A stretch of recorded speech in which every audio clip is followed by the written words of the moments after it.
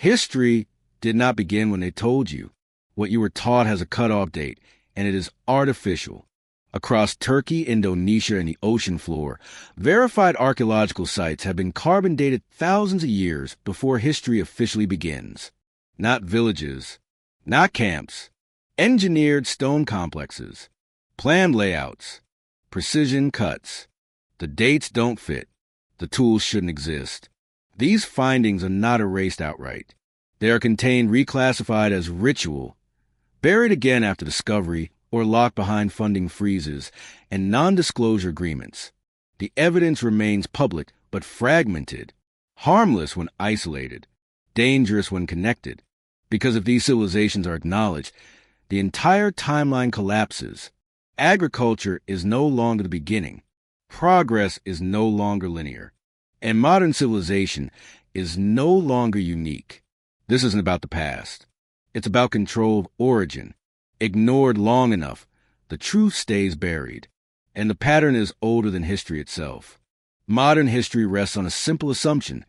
Civilization began after agriculture, after writing, after permanent settlement.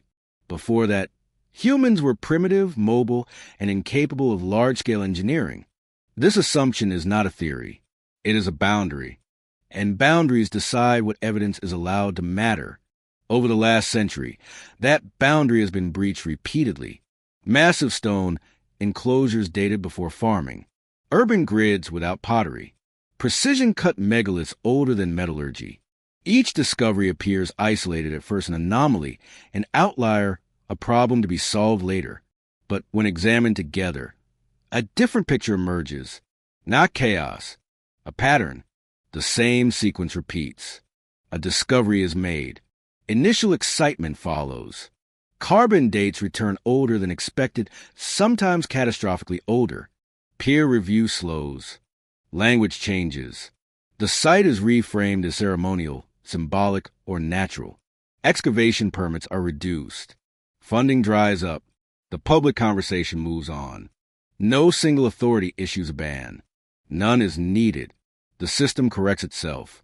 What binds the 10 civilizations in this dossier is not culture, geography, or belief. It is behavior. Identical suppression mechanisms appear across continents and decades. Delayed digs, academic gatekeeping, redacted surveys, and a quiet removal of findings from textbooks and museum narratives. The terminology is consistent. So is the outcome. This matters now because the tools have changed. LiDAR penetrates jungle canopies that hid cities for millennia. Radiocarbon calibration has tightened. Satellite mapping exposes submerged coastlines from the last ice age. Between 2019 and 2024, multiple sites were redated, reimaged, or quietly reopened under declassification windows most people never noticed. The official story is under pressure. If these early civilizations are acknowledged, history no longer moves in a straight line. It fractures. Knowledge is lost. Rebuilt. Lost again. And modern society becomes a survivor, not a starting point. That possibility is destabilizing. To institutions. To identity. To authority. So this dossier does not ask whether ancient people were capable. The evidence already answers that. The question is why this pattern keeps repeating and who benefits when it does. And the first story is already classified. In 1994, on a limestone ridge in southeastern Turkey, a German archaeologist named Klaus Schmidt noticed something wrong. The hill had been cataloged for decades as a medieval burial mound. Farmers had struck stone while plowing. Nothing unusual. But Schmidt saw worked edges. Intentional angles. This was not a mound. It was a structure. Beneath the soil sat massive T-shaped pillars. Some weigh more than 15 tons, arranged in precise circular enclosures. The date would come later. The implication was immediate. Then the numbers arrived. And they were impossible. Radiocarbon dating placed Göbekli Tepe at approximately 9,600 BC, over 11,000 years ago. Before agriculture. Before pottery. Before metal tools. Officially, humans at this time were hunter-gatherers. Small bands. Temporary shelters. Yet here was monumental architecture on an industrial scale. Coordinated labor. Abstract symbolism. Predatory animals carved in high relief. This was not survival behavior. It was civilization-level planning. The dates don't fit. The sequence breaks. The model fails. The evidence was recorded carefully. Stratigraphy was clear. Multiple labs confirmed the age. The pillars were not crude. They were symmetrical, standardized, and oriented. Some aligned with astronomical events. Others formed repeating geometric patterns across enclosures, suggesting centralized design knowledge. No domestic debris was found. No hearths. No trash pits. That absence became the explanation. Göbekli Tepe was labeled a ritual site. That word changed everything. Once framed as ceremonial, the site no longer threatened the timeline. Ritual implies exception. Pilgrimage. Symbolism without infrastructure. It allowed the broader implications to be deferred indefinitely. Excavation continued, but slowly, painfully slowly. Less than 5% of the site has been uncovered. Geophysical surveys indicate dozens of additional enclosures remain buried. Then came the reburial. Large sections of Göbekli Tepe were deliberately covered again after excavation, officially for preservation. Critics noted the irony. The most disruptive archaeological site in modern history was being returned to the dirt. Schmidt objected privately. Publicly, he complied. Funding depended on it. He missed his daughter's graduation. Klaus Schmidt died in 2014 before publishing his full synthesis. His more radical interpretations suggesting Göbekli Tepe represented a lost social order that preceded agriculture remained fragmented across interviews and notes. After his death, the tone changed. New signage softened the language. Media coverage narrowed. The site became famous but safe. Old, but not too old. Impressive, but not advanced. Important, but contained. Göbekli Tepe now sits on UNESCO brochures and tourist routes, presented as a mystery with no consequences. But mysteries do not require reburial. Threats do, and the threat was never the stones. It was what they implied about us. After 1995, excavation permits slowed, and the oldest city stayed buried. In West Java, Indonesia, Gunung Padang was long dismissed as a natural hill topped with scattered stones. Locals told different stories. So did the geometry. In 1979, surveyors noted terraces aligned with cardinal directions, stacked with columnar basalt placed by hand. The structure climbed the hill in deliberate steps. By the early 2000s, geologists and archaeologists began asking the wrong question. What if the hill wasn't natural at all? The first cores answered too quickly. Drill samples taken deep into the structure revealed multiple construction layers. The upper terraces dated to roughly 3,000 years ago. That was acceptable. Below them, a second layer pushed back to 7,000 BCE. Still difficult, but survivable. Then came the third. Organic material embedded beneath compacted stone returned dates exceeding 20,000 years before present. The core log showed engineered fill, not sediment. Something had been built, then built over, then built again. The scans disagreed. The hill was hollow. The dates kept falling. The data was documented in seismic tomography, ground-penetrating radar, and carbon assays from independent labs. Layered voids appeared beneath the terraces, suggesting chambers. The internal structure showed symmetry inconsistent with natural formation. Most damaging of all, the deepest layer predated the last glacial maximum. That placed construction before rising seas, before stable climates, before accepted civilization of any kind. The reaction was immediate and precise. Funding was paused pending methodological review. Excavation permits were narrowed to surface work only. Public statements reframed Gunung Padang as a complex natural formation with human modification. The phrase appeared everywhere at once. Academic journals declined follow-up papers. Media coverage shifted to controversy rather than data. No one said the dates were wrong. They said they were premature. Then the cores were sealed. In 2014, after brief presidential interest brought international attention, the research team was dissolved. Equipment was removed. Samples were reclassified under national heritage protection, limiting independent testing. The most anomalous section identified in internal documents as Layer 3 was declared unstable and off-limits. Access required permissions that never arrived. No one replied. The chamber stayed closed. The Hill went quiet. One junior researcher left academia entirely. Years of fieldwork vanished from his CV, replaced by silence. He now sells construction materials outside Bandung. The structure he helped map remains untouched beneath his feet. Officially, Gunung Padang is unresolved. Unofficially, it is frozen. The implications are too large. A multi-phase megalithic construction spanning tens of thousands of years suggests continuity of knowledge through periods history insists were empty. That is not an error. That is a contradiction. And contradictions demand containment. By 2014, the deepest cores Layer 3 were sealed by order. In 1986, off the southern coast of Japan, a local diver searching for a hammerhead shark found stone where it did not belong.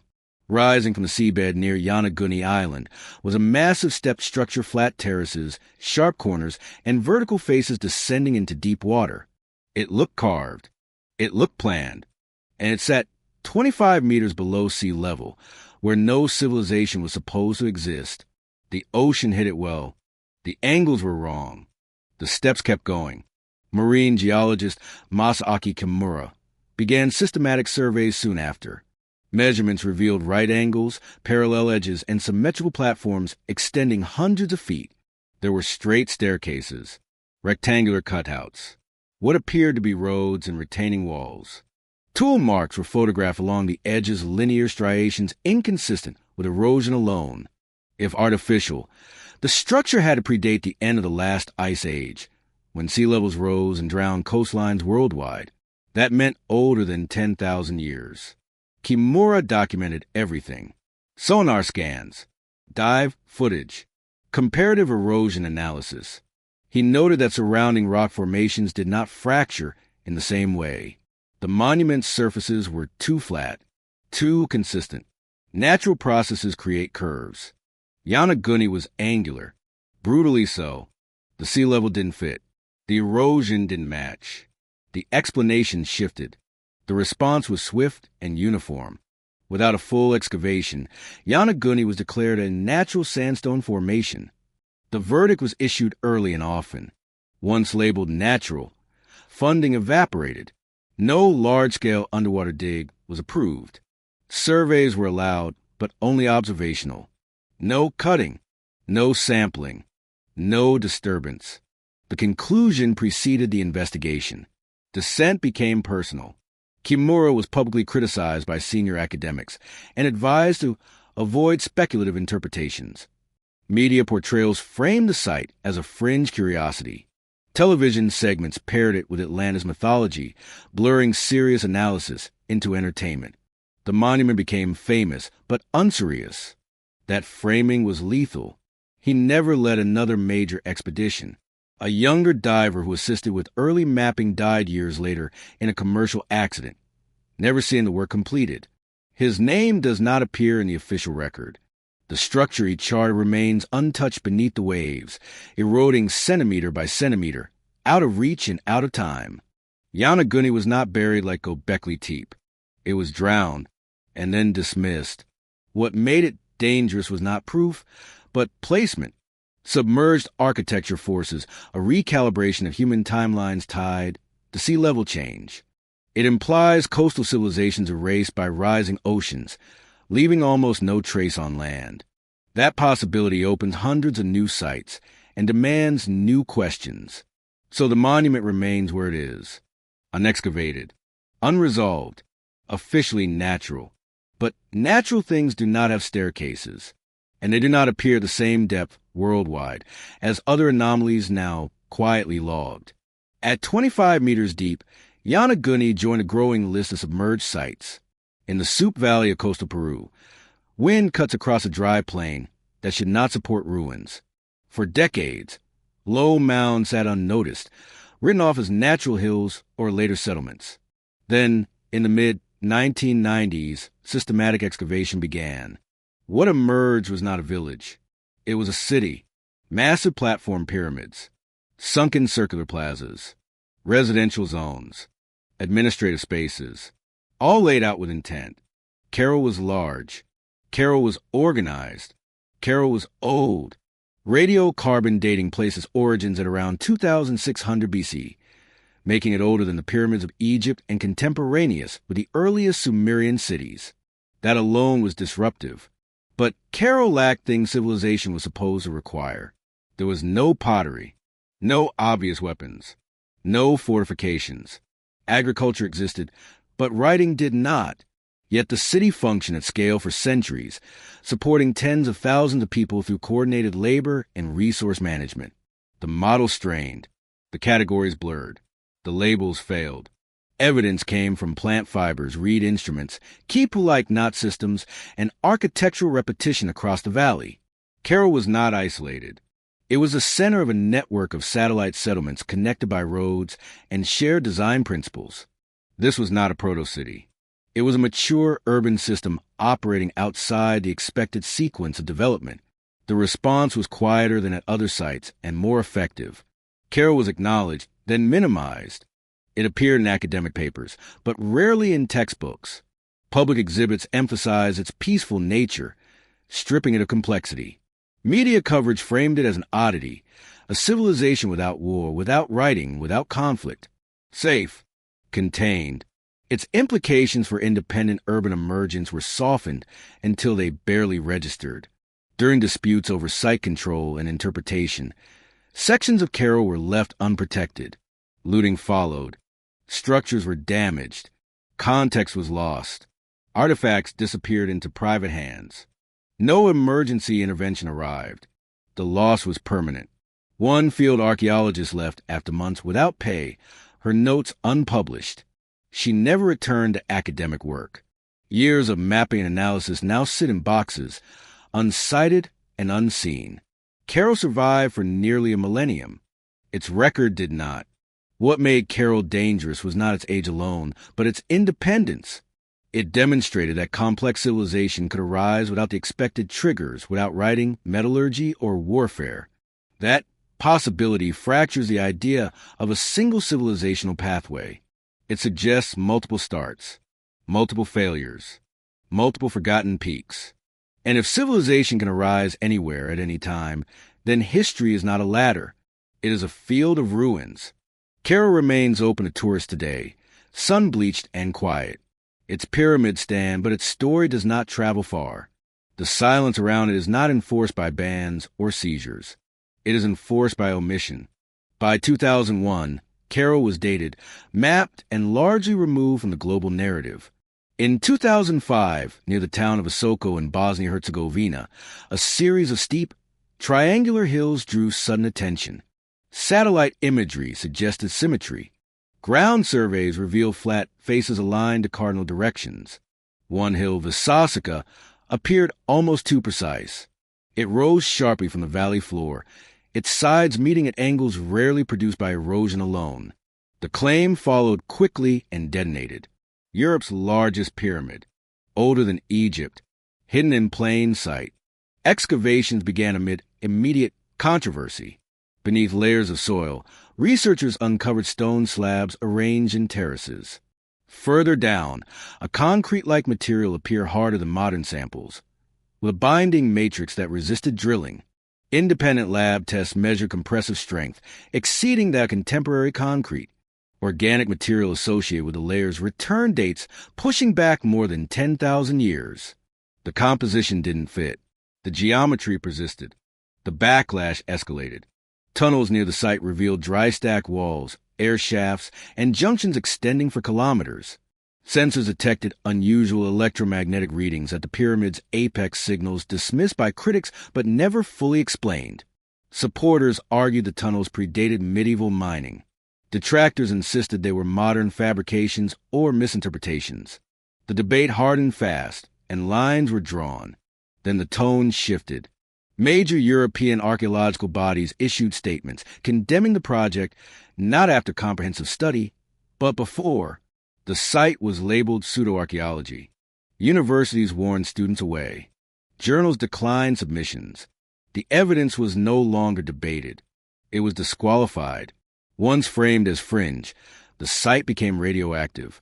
One could argue formations are natural geology shaped by erosion, but this does not account for the engineered binding material or internal tunnel networks. That sentence ended careers. A senior researcher who publicly supported further testing lost his academic affiliation within a year. Grant applications were rejected without review. His field credentials were quietly questioned. He now works outside archaeology, advising on construction projects, his involvement scrubbed from institutional pages. He missed the birth of his second child while at the site. Excavations continued at a reduced scale, funded privately and monitored closely. Every finding was scrutinized for tone rather than accuracy. Language became the battleground. Pyramid was forbidden. Structure was tolerated. Hill was preferred. The words determined whether research survived. What made the Bosnian site uniquely dangerous was not certainty, but visibility. Unlike submerged ruins or remote jungles, this was Europe. Accessible, walkable, impossible to ignore. If it were even partially artificial, it would force a reconsideration of megalithic capability on a continent assumed to be dormant at that depth of time. So the debate was ended without being resolved. The pyramids remain. So does the stigma. Official narratives discourage inquiry without disproving the claims. The question is no longer whether the Bosnian pyramids are real, but why the investigation itself was treated as a threat. After 2006, researchers tied to Visoko found doors quietly closing. In 1968, off the western coast of North Bimini Island in the Bahamas, divers reported a strange formation just beneath the surface. At a depth of less than 6 meters lay a linear arrangement of massive stone blocks stretching for nearly half a mile. The stones were rectangular, flat-topped, and set end to end, forming what looked unmistakably like a road or a harbor wall. It was too straight. The blocks were too uniform. The line kept going. Marine surveys showed the stones resting on a bed of sand, not bedrock. Many blocks exhibited right angles and consistent thickness. Some appeared stacked in two courses, suggesting intentional placement. The alignment paralleled the ancient shoreline as it would have existed at the end of the last ice age, when sea levels were significantly lower. The depth didn't fit. The placement mattered. The questions multiplied. Early analysis documented non-random orientation and spacing. Several stones bore fractures that looked like splitting rather than natural breakage. If the formation was artificial, it implied coastal engineering before 9000 BC at a time when Orthodox history allows only scattered foragers. The structure scale suggested planning, labor coordination, and long-term use.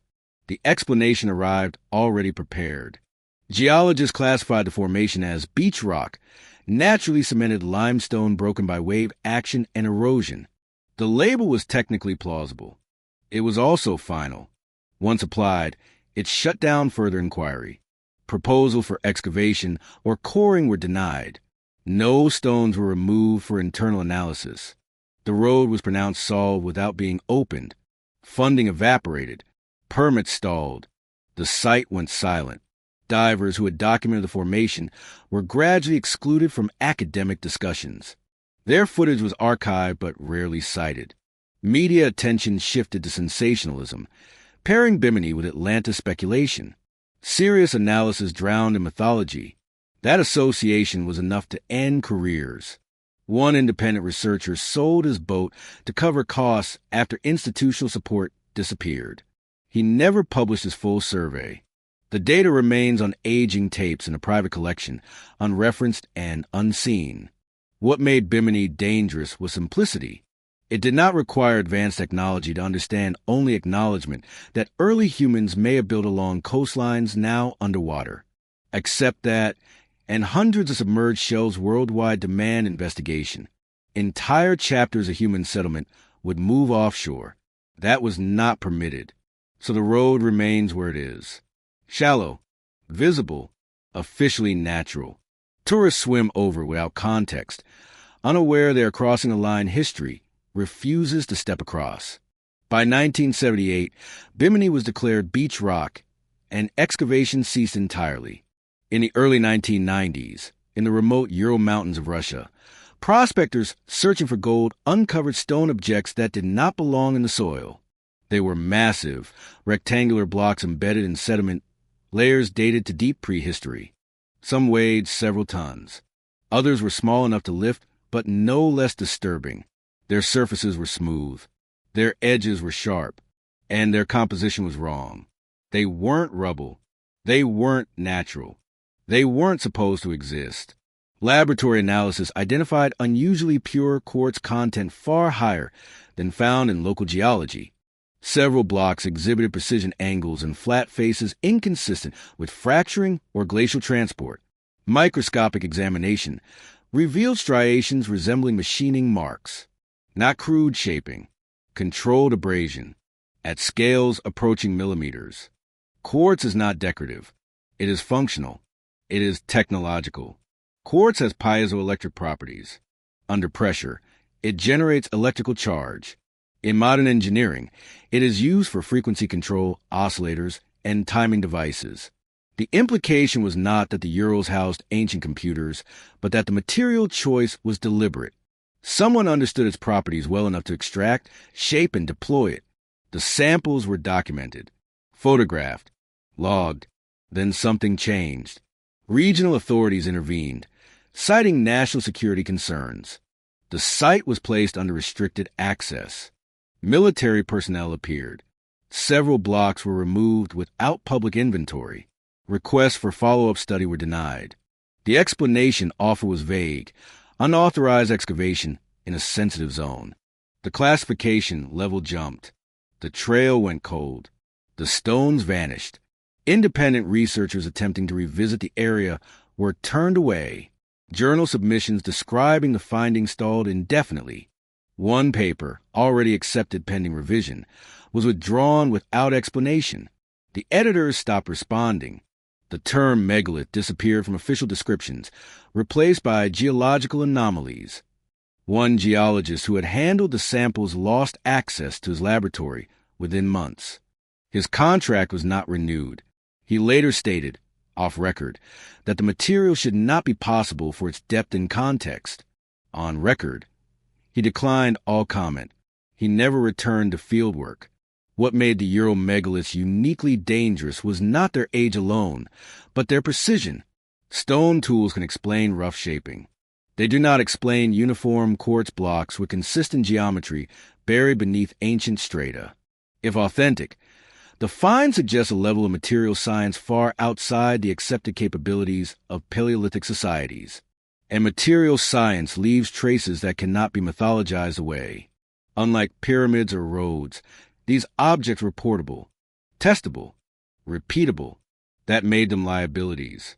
They could be measured by anyone with the right instruments. They could not be reframed as ritual or coincidence. So they were removed. Today, references to Ural megaliths survive only in scattered reports and archive photographs.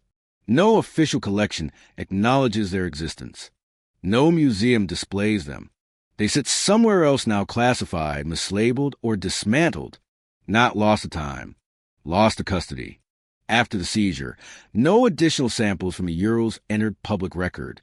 For centuries, the Amazon was described as untouched wilderness. Too poor. Too hostile. Incapable of supporting complex society. That claim collapsed in silence when LiDAR scans began peeling back the canopy. Beneath the trees were cities. Not villages. Not camps. Urban systems. Beginning in the early 2000s and accelerating after 2015, aerial surveys revealed vast networks of geoglyphs, roads, moats, canals, and plazas stretching across thousands of square kilometers in Brazil and Bolivia. Perfect squares. Circles. Causeways aligned to solstices. Population estimates surged from thousands to over 1 million inhabitants in some regions. This was not marginal occupation. It was engineered landscape management on a continental scale. The jungle wasn't empty. It was curated, and it was old. Radiocarbon dates from ditches, embankments, and habitation layers pushed construction back well before European contact some 2000 BCE and earlier. Soil analysis revealed terra preta, artificially enriched earth capable of sustaining agriculture indefinitely. Forest composition showed intentional planting. The natural Amazon was, in places, a design system. Then the subsurface scans arrived. Ground-penetrating radar and core samples beneath several major geoglyph sites identified deep construction layers compacted fill beneath later works. One internal report flagged a familiar term, Layer 3 anomaly, the same phrase used years earlier at Gunung Padang. Dense, organized material. Too deep, too early, not supposed to be there. The breadcrumb resurfaced.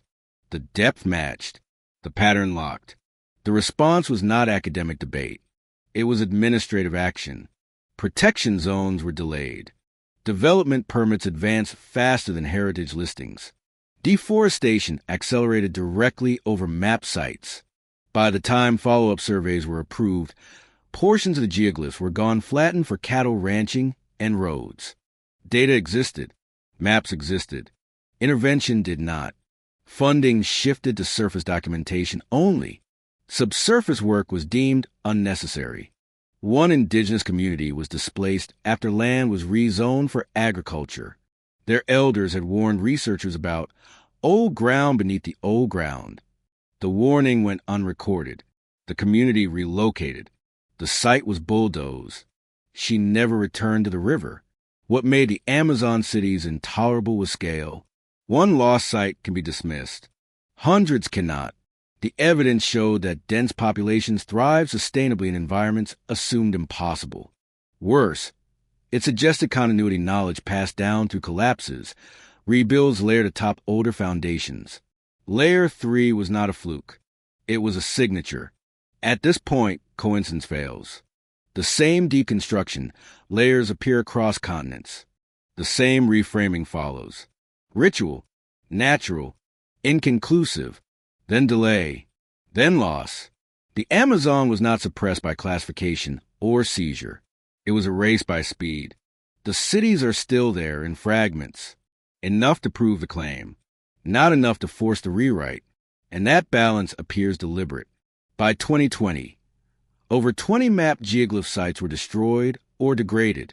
Off the coast of Gujarat, India, the sea hides a city that refuses to stay mythical. Ancient texts described Dwarka as a fortified port, built by Krishna and lost in the ocean after his death. For decades, this was treated as allegory. Then sonar hit stone. In the late 1990s, marine archaeologists surveying the Gulf of Khumbat detected rectilinear features beneath the waves' walls, platforms, and what appear to be streets. Subsequent dives recovered anchors, pottery fragments, and work blocks at depths corresponding to coastlines submerged at the end of the last ice age. The myth touched data. The lines were straight. The city had edges. Radiocarbon dating of recovered materials returned ages ranging from 3000 BCE to far earlier, with some samples suggesting occupation before 9000 BCE. Stone anchors matched designs from early seafaring cultures. The layout showed planned harbor works, not random collapse. Dwarka was not a scattered debris. It was organized. Then came the deeper scans. Sub-bottom profiling revealed structural layers beneath the visible ruins, foundations below foundations. The internal documentation used a phrase already seen before. Layer 3 anomaly. Same wording. Same implication. Dense construction beneath later occupation, now submerged. The depth corresponded precisely to global sea level rise curves. Same depth, same layering, same problem. The findings cross a line. Official statements emphasize caution. Excavation was slowed, then paused. Permits for further deep water work were deferred, pending review. International collaboration offers went unanswered. The data was not refuted. It was stalled. One lead diver suffered a severe decompression injury during an extended survey. He never returned to the water. His footage remains archived but unreleased, cited in reports without being shown publicly. He walks with a limp now. The narrative shifted subtly. Dwarka became multi-period. Later settlements were emphasized. Earlier layers were labeled inconclusive. The oldest dates were described as contamination or redeposited material. Each explanation was plausible. Together, they formed a wall. What made Dvarka explosive was convergence. It linked textual tradition with physical evidence, myth with measurable architecture. More importantly, it confirmed a global pattern. Coastal cities lost to rising seas, rebuilt on top of older foundations, their deepest layers consistently out of bounds. Layer 3 was no longer isolated. It was global. This was the climax point. The pattern no longer asked for permission. The same depths, the same delays, the same administrative language, different countries, same outcome. The implications were now unavoidable. So the work stopped. Dvarka remains underwater, partially mapped, carefully discussed, and permanently unfinished. It sits at the intersection of belief and data too real to ignore, too disruptive to finish. And it is not alone. By 2005, deep excavation at Dvarka was indefinitely postponed. By the time the 10th site is examined, denial is no longer a position. It is a strategy. These civilizations were separated by oceans, climates, and cultures, yet they encounter the same response once they cross an invisible line. Too old, too advanced, too complete. The pattern is not architectural. It is administrative. The discoveries followed a sequence. The resistance followed another. Both were consistent. First came reframing. Structures became ritual. Cities became anomalies. Engineering became coincidence. When that failed, access narrowed. Permits delayed. Funding paused. Language softened. If evidence persisted, it was buried literally or procedurally. Excavation slowed until time or development erased what remained. No single authority needed to intervene. The system functioned as designed. Then the documents surfaced. In 2013, a leaked internal memo circulated briefly among heritage professionals before disappearing from public view. The header carried a familiar seal. The content was procedural, not conspiratorial. It advised caution when sites challenged established chronological frameworks, recommending deferral of deep excavation and prioritization conservation over interpretation. The timestamp mattered. It aligned with multiple shutdowns across different continents. The memo was never acknowledged. The language was repeated. The outcome matched. What these 10 sites share is not proof of a lost global empire. That claim is easy to attack. What they share is something more dangerous, evidence that human civilization is older, cyclical, and more fragile than the linear story allows. Knowledge rises. Knowledge collapses. Remains are buried. Survivors start again. That idea destabilizes authority. It undermines progress narratives. It suggests we are not the first to reach this point and not guaranteed to keep it. One collective loss runs through every case. Context. Generations of human effort reduced to footnotes or tourist attractions, their deeper layers sealed or destroyed before they could speak. Not erased by time, erased by policy. And now the hinge. The final reveal is not a new site or artifact. It is recognition. Once the pattern is seen, it cannot be unseen. The same depths, the same delays, the same words. From Turkey to Indonesia to the Amazon to India, the record shows coordinated restraint, not coincidence. What was buried was not stone. It was precedent. If acknowledged, it would force a rewrite not just of history, but of expectation of how often civilization fails, and how easily its traces are lost. The question is no longer whether these civilizations existed. It is why we are discouraged from connecting them. The evidence survived. The narrative did not. What if history is not a record of what happened, but a filter of what was allowed to remain? Across these 10 cases, no single discovery proves a lost golden age. That is not the claim. The record is messier than myth and colder than fantasy. What it shows instead is repetition. Civilizations rising earlier than expected, organizing at scale, then collapsing hard enough to leave only fragments. Those fragments resurface centuries later and are managed, delayed, softened, or lost again. This raises an uncomfortable question. If human history is cyclical, not linear, what does that say about permanence? About progress? About us? One could argue there is a simpler explanation, that these sites are unrelated anomalies, that dating methods fail, that nature mimics design, that enthusiasm outran evidence, that no suppression exists, only caution. This is a reasonable position. Skepticism is necessary, but skepticism must apply evenly. When the same cautions appear at the same depth, with the same language, producing the same outcome, across continents, coincidence stops being parsimonious. The records say otherwise. What is at stake is not academic pride or alternative timelines. It is something closer home. If civilization has collapsed before repeatedly, then resilience matters more than superiority. Memory matters more than monuments. And forgetting becomes the most dangerous failure of all. Because if earlier societies lost knowledge we are only now rediscovering, then our advantage is temporary, and our future is conditional. These stories are not about ancient people. They are about modern vulnerability. The evidence exists. It is incomplete, damaged, and contested, but exists. What happens next depends on whether it is connected or ignored. So this leaves a choice. Archive it or burn it.